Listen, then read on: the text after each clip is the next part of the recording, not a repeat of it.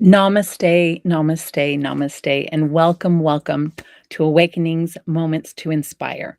My name is Angela Stanfield, but please call me Angel. I am just so happy to be here with you, excuse me, today on this glorious Thursday morning. It's been quite a week. I'm sure many of you have felt the energies out there. You know what is in the air, and you're feeling it just as much as I am. And so that's part of what we want to talk about today, but we'll get back into that a little bit more. So I just wanted to say welcome to everybody here, and welcome them in, give them a moment to come in, get yourself settled, and let's have a great co-creative hour together. So it is going to be a fabulous day. Um, what I usually like to do in order to begin our co-creative hour together is to do some deep Avesa breaths. And for those of you who may not know what Avesa is, it's very simple, very easy. It's an inhale through your nose and an exhale out your mouth. But the inhale through your nose is hail. You think hail. And ave, what does ave mean?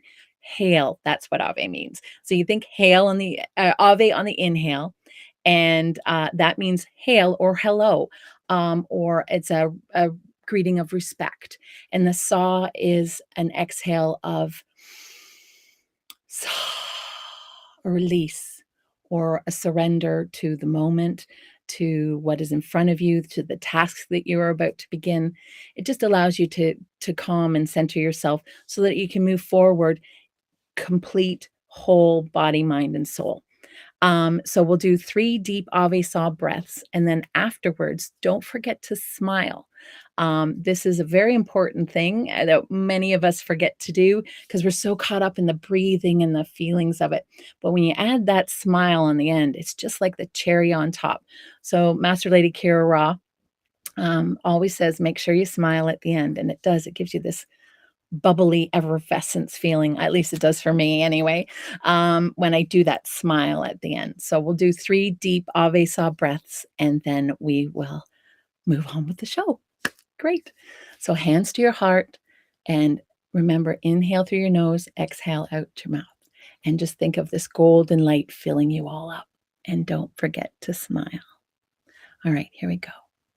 Ave.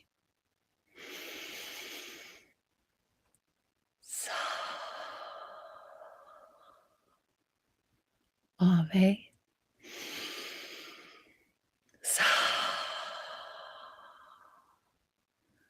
Ave.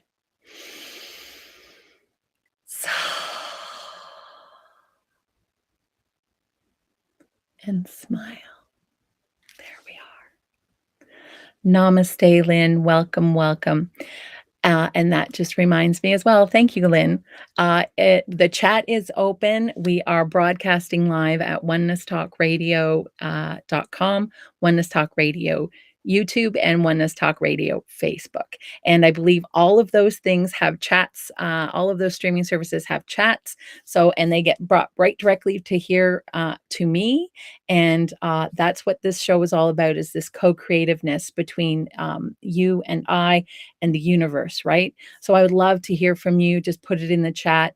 And anything that you have to share about what's been going on with you in the past week, and or maybe 2 weeks, because many of you weren't able to catch me live last week. Maybe I'll give a little explanation about that. And but how has this last week or so been for you? And I'd like to maybe do a deep dive into some of the energies here today, that's been going on around us. It's been a little interesting. I don't know about you, but it's been a bit interesting for me. Um, Before we begin, I usually like to begin with just letting everyone know what the energies of today is, what the ascended numerology for today is, right? And for those of you who may not know what ascended numerology is, please go to shriankira.com, and you can learn much more about it from there. But in an essence, it is the numerology that is subscribed to your soul's journey in this life. lifetime. So it helps you fill out your day. But it's not just that, the universe has numbers as well. Your date of birth, dates have numbers, times have numbers. It's just a fascinating science. And it's been an honor to learn from Master Lady Kira Ra. The number for today, which I thought was absolutely brilliant, was the equilateral cross, a number 4.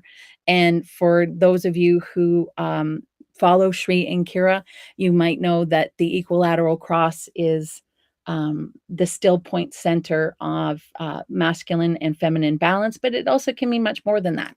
It can mean just balance within yourself and within your own field and your own being, right? And so today is a 4 in ascended numerology. And that means it's a 4 equilateral cross of perfect balance. It is the still point in the cross. That is what is today. The still point in the middle with which we can use the energies that help us to reestablish our equilibrium. Claim that stillness and allow this energy to aid you in reestablishing peace, love, and joy, and allow it to flow into your life. Release judgment, old life scripts, and embrace your compassionate witness in order to heal and let go of what no longer serves you. The strength and still point of the cross is with us today. Know you are fully supported as you maintain and regain balance inside and out. And that's what came to me this morning when I was feeling into the number 4 in the equilateral cross of perfect balance. What also I felt compelled to do too, which was something I don't normally do on this show, but I did feel compelled this morning to do it. And that was to pull my tarot cards. Now, I use my tarot not necessarily as a divination tool for others, but more for my own private use and my own private counseling, I think would be a good word for it. And so today I felt compelled to pull one, and I thought, oh, okay, no problem. Let's co-create together. And so I shuffled and I simply asked, what is the message that we were wanting to receive today from my cards? My cards actually are the ancient Egyptian tarot. So even that just plays in again to the cross of perfect balance with the Ankh. It was just beautiful. So here's my card, and I don't know if you can see it, but it is, oop, there we go.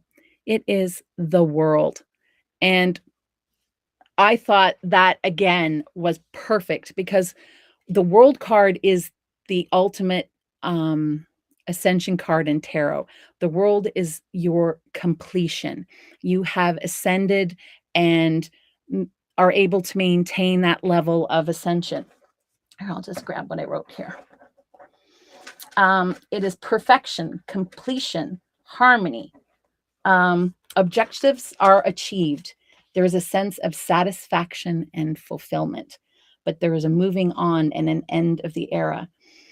To me, the world card, which again, I'll just quickly show you, is the epitome of where you are when you reach that cross of perfect balance. You are able to, and again, for those of you who might know the cross and the shield of Zadkiel, right dead point in the center, that's that center point, that stillness point, and that's where the world opens up and you can begin to achieve. But not only that, I love the symbolism on the card as well, because we have the spectrum of the Vesica Pisces around there, which is has all the light spectrums on there, and it's shining in on the world achiever. And not only that, she's wrapped in a velvet fog of violet with the 4 elements or the 4 corners on either side of her. Again, cross of perfect balance, standing at century. And I don't know if you can see it, but right at the top, there is an Ankh as well. So again, cross of perfect balance. But to me, the world is where the world card is that point of satisfaction and completion within in yourself that you're able to hold and maintain out into the world around you. And that is the cross of perfect balance, that still point in the middle, that you can maintain your flow and you can go out into the world and not necessarily be affected by it as much. And you're able to see and lift beyond and become that witnesser that Master Lady Kira Ra likes to talk about all the time. It's that release of judgment and that compassion that just brings in that flow of energy. So when I was called to do that and then I pulled it, I thought, absolutely perfect. Universe, once again, you know what you're doing. I will add one little caveat in here. We are getting storms all around us. And as most of you have who have watched the show now for a wee while have come to realize that my internet is not the greatest. So if I do end abruptly, that is why. It's just simply because the thunderstorm has taken over and the goddess has just brought down the rain and we have lost our electricity. So hang in there. Hopefully we'll get through the show in its entirety, but we'll fingers crossed, right? So today I wanted to talk about something rather heavy, or most people see it as heavy. And with the energies out there right now, to me, what I've been feeling in the past week is what I like to call this start and stop, start and stop, start and stop. And there's been that old oppression or the old life scripts are starting to come in. I don't know if that's been out there with any of you. If you have been struggling with your life scripts and have been struggling with that inner voice that feeds you fear and doubt all the time, put it in the chat. Share with us. Share with us how you're going through it, how you're working through it.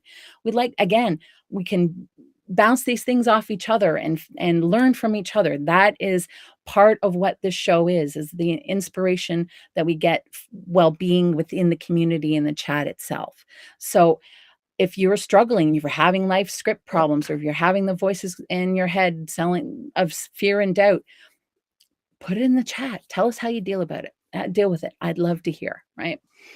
But the show today is titled finding or using darkness and to find the light. And that's pretty much what this past week has been for me. It has been challenges of old life scripts coming up, physical challenges within the house, actually losing hydro for several days, and just one thing after the other, and each one gets a little heavier and a little heavier and a little heavier, unless you're able to, for me, feel into it, acknowledge it, see it, understand it, and know that that's not you anymore, right? That's the old Angela, the old Lynn, the old Gary, the old, Kim, the old everybody who's out there and who is struggling with all these things. Ernie, Serge, Ronald, you all know who you are. These life scripts that we have in our head, we have to remember, right? That these aren't necessarily from us. These aren't our life. They're in our head, and it's usually our voice that we hear in our head. But where have we ever stopped and taken a deep breath and felt into where they're coming from, where those dark feelings of fear and doubt are coming from, and where they might be? And when you release the judgment and you open yourself to compassion, you can see the gifts within the darkness that allows you to bounce and use as a trampoline that can send you up into the light. And that's the kind of the darkness that's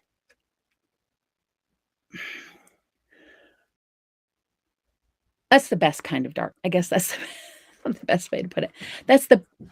When you are able to stop, see yourself and lift and open up and look around and see that you're all right, everything's okay, and all is truly well, and that you're just making these up in your mind, the life scripts, you begin to release them.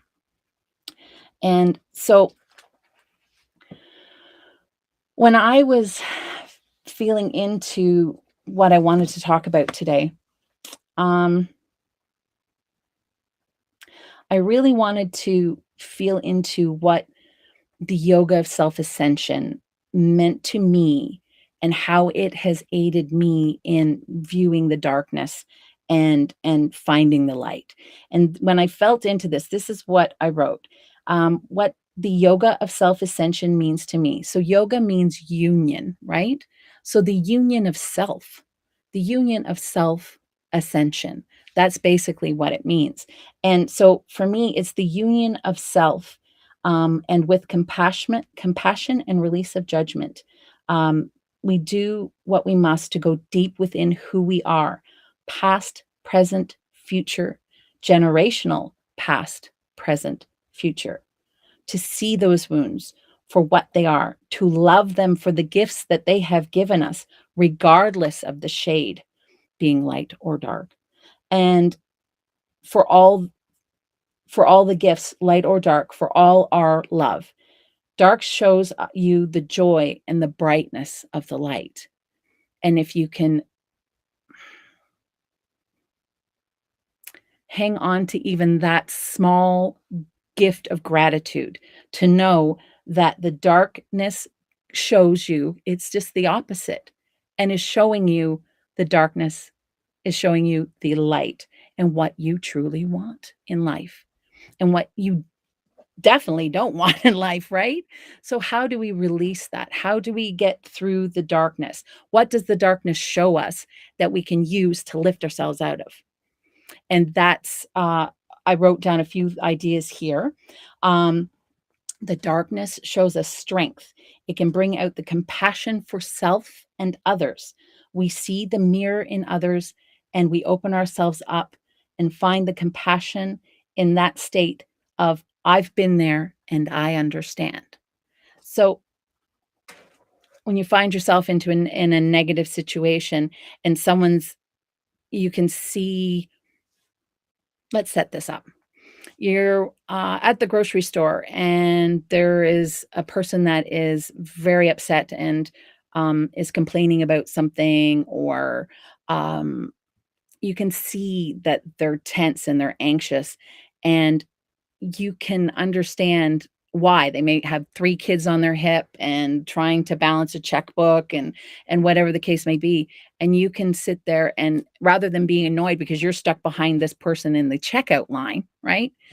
You can let that go and say, "Oh, I've been there." And maybe even lend a hand, offer to mind the kids while she sorts out the her wallet or whatever the case may be. But even just something simple like that, taking that annoyance where it's like, "Oh, wait a minute. I have been there before and I wish that there had been someone kind enough to step in and to lend me a hand." And lo and behold, you can be that person, right? You can use that negative feeling that's inside of you to say, "No, no, no. I know what that's like. I understand."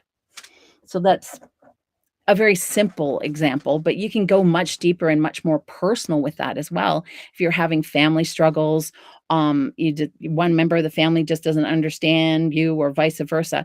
You can, I'm not saying agree with them. I'm not saying let them walk over you, but you can understand where they're coming from so that you don't have to add fuel to the fire of misunderstanding and darkness that might be clouding what everyone's trying to talk about or see or say, right?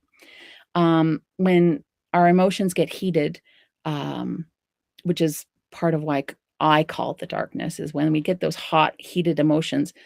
We've been taught to think, at least women, I don't know if this is true for men, shout out there, please, if this is true, but we've been thought to kind of not to let the darkness be shown in our emotions in a lot of ways, or if it is, we're usually seen as bitchy or whatever it may be.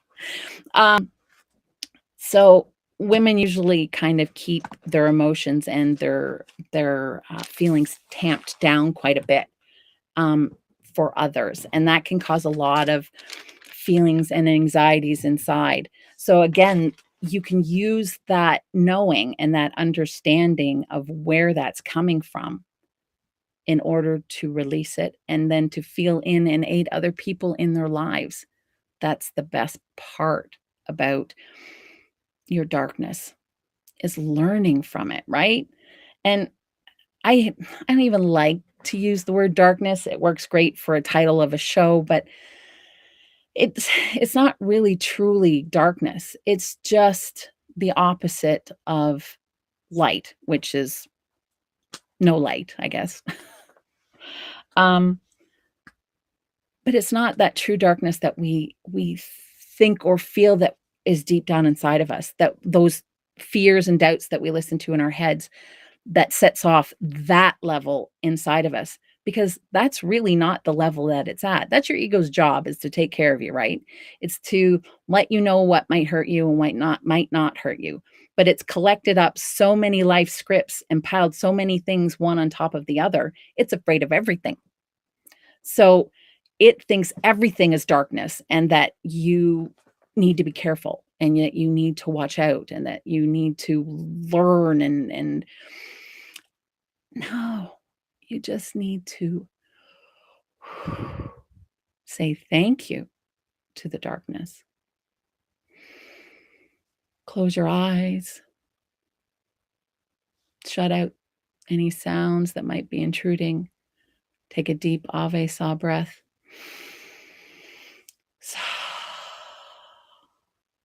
And I like to find that little child, that little person who might have received that life script for the very first time, who might have received that perspective that's not theirs to begin with, even that perspective of what is dark and what is light.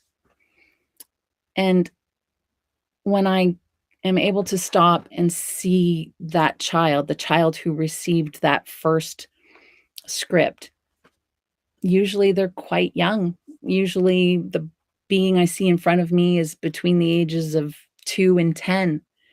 And when that happens, when a child comes to you and is crying and needs to have something solved, and you just want to be able to solve the problem. And in some cases you can, right? You can fix the wound, you can fix the boo-boo.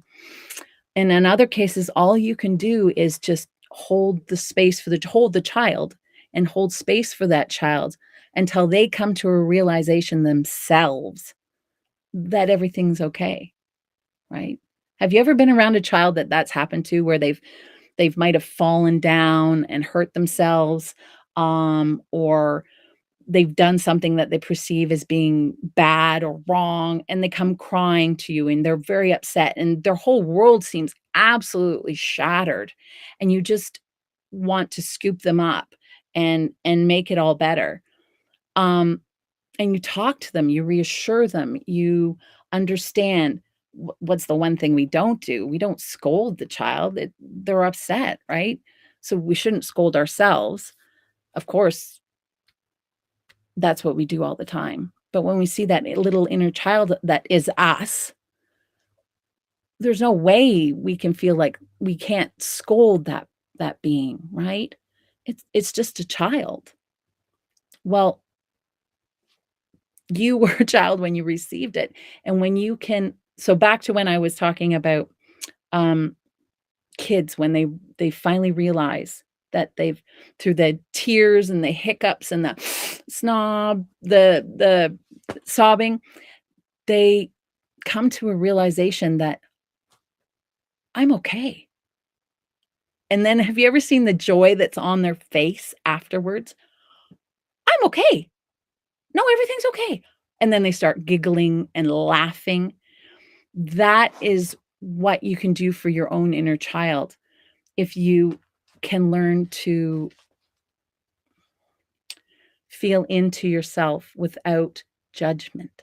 I think judgment's probably the key point here is the release of judgment. It's so hard.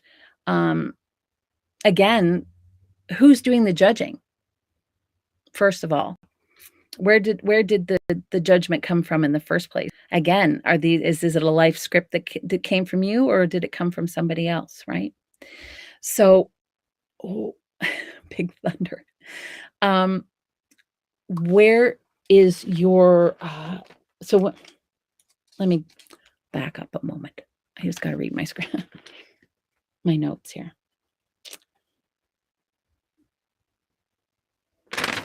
Where's my right here? Yeah.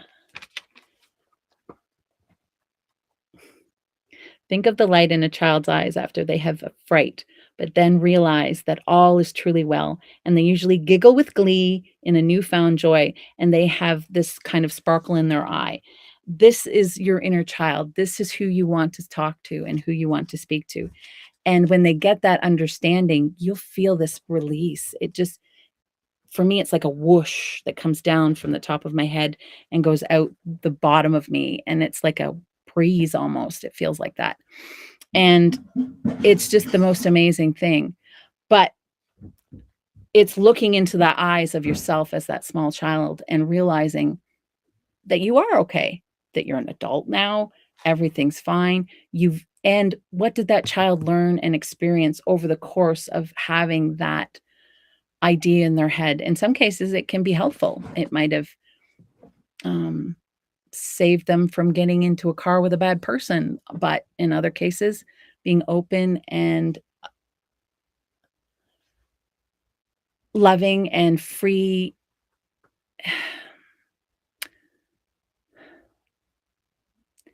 is just where you want to be, is your inner child. Your inner child is the core of who you are and who you've become. And once you can let go of the darkness that it holds, so many things can open up for you. And that's really what I wanted to convey today for you.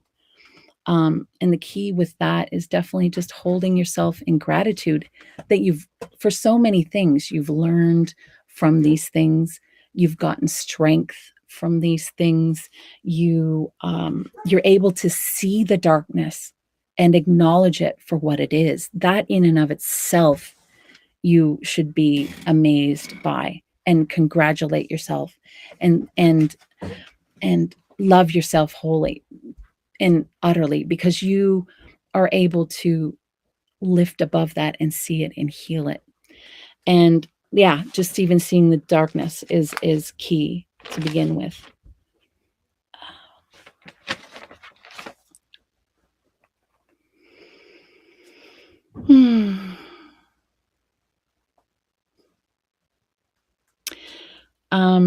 The other thing that I noticed about darkness or the shadows that we have inside is usually they're caused a lot by our own attachments to things that we think we need, that we want in life, that we are holding on to.